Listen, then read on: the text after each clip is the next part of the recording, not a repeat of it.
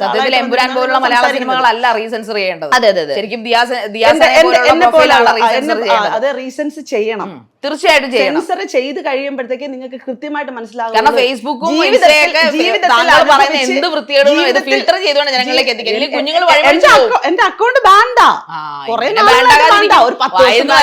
അതുപോലെ. അതാ സ്വാഭാവികമായിട്ടും അതിനകത്ത് അൽഗോരിതത്തിന് പല പല സ്റ്റാൻഡുകളുണ്ട്. ഫേസ്ബുക്ക് ആയാലും ഇൻസ്റ്റാഗ്രാം. അത് അൽഗോരിതത്തിന്റെ കുഴപ്പമില്ല, നിങ്ങളുടെ നാക്കിന്റെ കുഴപ്പം. എന്റെ നാക്കിന് ഒരു പ്രശ്നവുമില്ല.